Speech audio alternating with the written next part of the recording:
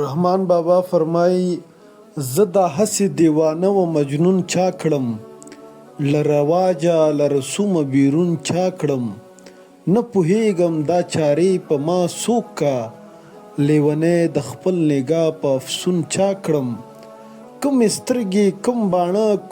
کومه غمزه ډوب شهید غوندې په خاک و په خون چا کړم، توان توفیق خو د فتنو راڅخه نه و، په فتنو د تورو سترګو مفتون چا کړم، رحمان هېڅ له خپله ځانه خبر نه یم چې دا هسې رنګ زبون و محزون چا کړم، زه دا هسې دیوانه و مجنون چا کړم، له رواجه له رسومه بیرون چا کړم، رحمان هېڅ له خپله ځانه خبر نه یم چې دا هسې رنګ زبون و محزون چا کړم.